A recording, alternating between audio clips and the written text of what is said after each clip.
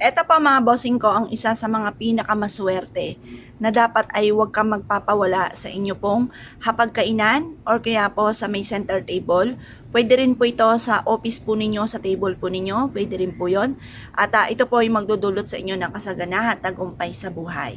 Eto pa mga bossing ko, isa sa mga paborito ko na pampaswerte.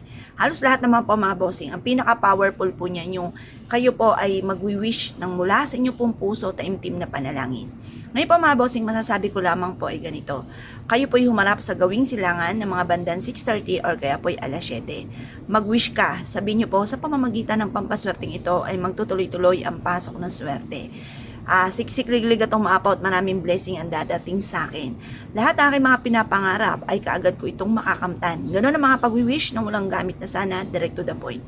At pagkatapos mga bossing ko, ang gagawin po ninyo mga bossing, ibibilad ito sa sinag ng araw. Pero syempre mga bossing, lagi nyo po tatandaan, kung maraming pangarap, marami rin ang kayod mga bossing.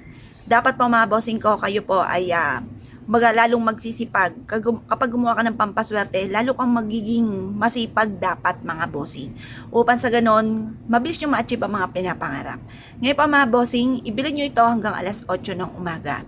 Pagtapos alas 8 ng umaga, ay kunin nyo na po ito at ilagay nyo po ito sa pagkainan po ninyo.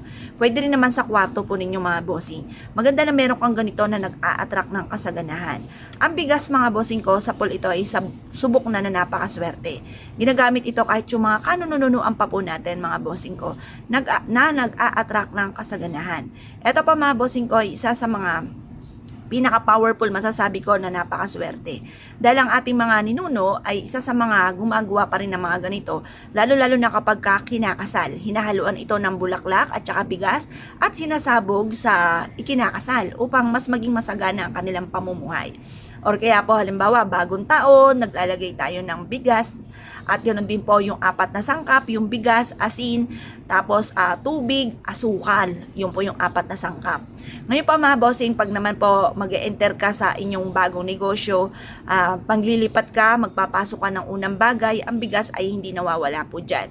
Or kaya po sa inyo pong bagong tahanan, ayan, kapag kayo maglilipat, ang bigas ay hindi rin nawawala para mas maging masagana ang inyo pong pamumuhay sa tahanan na bago or bagong negosyo or bagong kasal mga bossing or bagong taon mga bossing. Ito po yung laging inaalay pagdating sa usapin ng kasaganahan.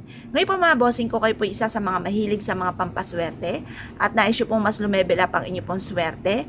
Mainam na gamitan nyo po ito mga bossing ko ng bigas at ito po ay makakatulong upang sa ganon siksik-liglig at umapaw at maraming blessing ang dumating po sa inyo. Kung kayo pinaniwala at nais nyo po itong gawin, ay siya huwag ka na magpatumpik-tumpik pa. Huwag ka magpapawala sa negosyo po ninyo, sa hapagkainan, or kaya maglagay ka ng ilang butil sa inyo pong pitaka or kaya sa kaha po ninyo para laging masagana ang pamumuhay at kung kayo po'y gagawa mga bossing ko at naniniwala sa mga ganitong mga pamamaraan ay siya mga bossing, good luck po sa inyo po lahat.